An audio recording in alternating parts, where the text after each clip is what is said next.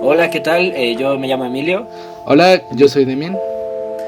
y pues lo que estamos haciendo hoy es un podcast en donde vamos a estar discutiendo los dos los problemas del mal en Plotino y San Agustín, dos autores muy importantes para la filosofía antigua. El sentido de este podcast es mucho más el de ofrecer pues un primer acercamiento a estos autores y básicamente a ese problema en un formato en donde lo que vamos a hacer es estar discutiendo entre nosotros dos. Pues nos parece que esta es la mejor manera de llevar estos temas que nos resultan muy interesantes a la mayor cantidad de personas, ¿no? Pues sí, y creo que también puede funcionar como una forma de difusión y que sea como accesible para muchas personas y que además pueda ser interesante. Sí, efectivamente.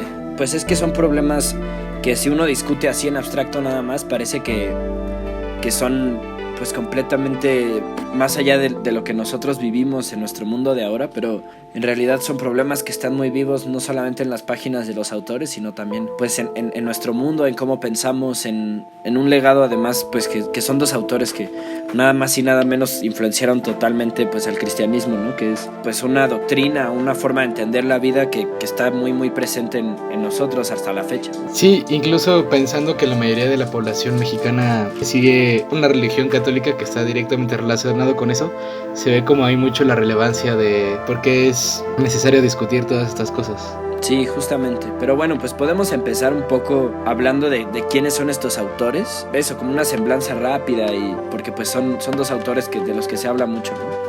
Es muy interesante porque ambos yo creo que se enfrentan con una problemática que es una noción, la del mal, que choca muchísimo con cómo entienden la realidad y cómo la describen en sus textos. Bueno, Plotino es un autor que nace en el siglo III y desarrolla pues toda su vida en ese mismo siglo. No está tan bien definido si nace en el 203, 204, 205 de nuestra era, pero es por esas fechas. Y es un autor que es muy reconocido en el canon de la filosofía porque es, si no de los más, el más importante comentarista de Platón, del neoplatonismo. 500, por ahí de 500, 600 años después de que Platón escribe su Corpus. Es un autor que después Porfirio, que es uno de sus alumnos más destacados, ordena su texto en una cosa que se llama las Eneadas, y en este texto Plotino, discute muchísimas cosas y muchísimos temas, pero básicamente lo que ofrece es un panorama general y todo un desarrollo de su teoría, que es una teoría que explica a todo el mundo a partir de una relectura muy interesante de Platón. Y además es un autor que es muy importante porque después en cómo se configura el cristianismo tiene una influencia brutal, así como todo el neoplatonismo y el platonismo. Agustín de Hipona nació en el 354 después de Cristo y pues fue un filósofo y teólogo, también fue padre, ¿no? Y doctor de la Iglesia Católica, pues que fue sumamente importante por su trascendencia en básicamente sus textos, también porque es sumamente importante la forma en la que justificó muchas partes de toda la religión. Y sus escritos más famosos son Confesiones y La Ciudad de Dios, que sí, pues influyeron directamente como a toda la concepción metafísica del cristianismo y pues también de la ética, ¿no? Que es de lo que vamos a hablar ahora. Justamente. Y bueno, los dos autores, especialmente Agustín es un autor muy muy famoso en el canon, ¿no? Oficial de la filosofía.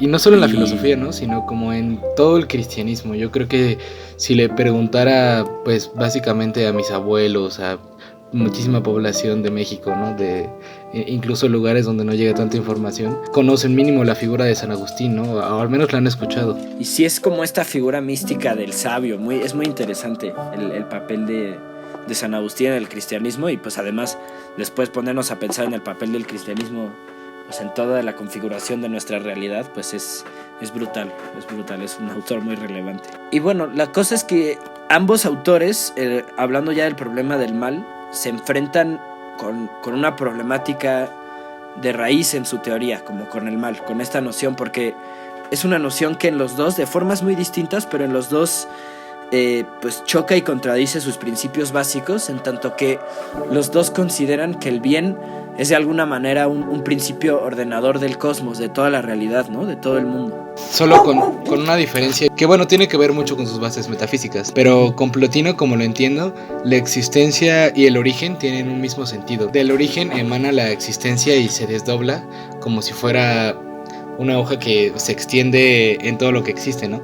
Sin embargo, en San Agustín el origen está diferenciado de la existencia, y esto es debido a que el origen tiene que ver mucho con la creación del mundo, pues la creación del mundo por Dios, ¿no? Claro. Y que eso es consecuencia, la existencia es consecuencia de ese origen, pero el origen definitivamente hay como una diferenciación como ontológica muy clara entre lo que existe y el origen, que es Dios, pues. Justamente, esa es la diferencia clave, ¿no? La figura de Dios, en dónde están poniendo el creador, como que San Agustín es un pensador que ya tiene en su mundo al Dios cristiano, que además es un Dios inmanente, en tanto que todo el tiempo lo están percibiendo en la realidad. El cristianismo encuentra a Dios en todas las cosas, en tanto que Él es el creador, en su omnipotencia, y además es un creador bondadoso, ¿no? Y ahí está el problema central con el que Agustín se enfrenta a la hora de intentar definir, bueno, es que yo estoy viendo un mundo en donde hay justicia, en donde hay progreso, en donde la gente se está muriendo de hambre.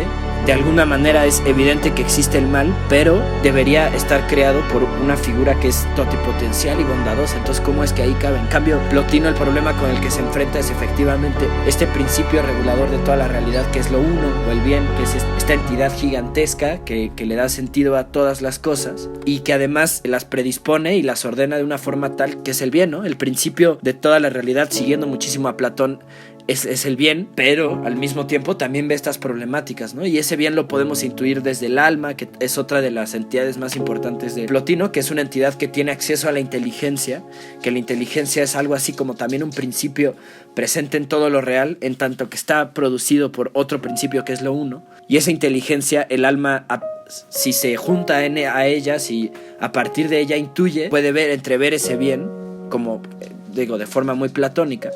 Pero al mismo tiempo se enfrenta con la existencia del mal y dice, bueno, es que cómo es posible que si yo intuyo al mundo como producido por este principio regulador que debería también ser bondadoso, ¿cómo es posible que esté el mal ahí? Sí, claro, digamos que creo que algo que también hace Agustín es que de principio todas las malas acciones y todas las buenas acciones pueden hacerse como categorizadas muy divididamente, ¿no? Y creo que tiene una relación directa con esta pregunta, ¿no? Que es que si todos quieren ser felices, ¿por qué algunos no lo son? Y tiene que ver con todo esto de qué es lo que lleva a alguien a no seguir el bien, y que se relaciona directamente con la parte de la voluntad. Es decir, como qué significa realmente la voluntad de hacer las cosas bien o mal, o por qué Dios hubiera otorgado la voluntad a alguien que haría algo mal. Y otra pregunta, que es que cómo es que se puede explicar que alguien puede tener una vida miserable y que eso lo hagan con su propia voluntad. Parece que no tiene ningún sentido, porque nadie por propia voluntad querría tener una vida miserable. Y con todo esto que decías de la inteligencia, pues creo que se puede relacionar con que San Agustín divide las cosas, digamos que hay como ciertos niveles, ¿no?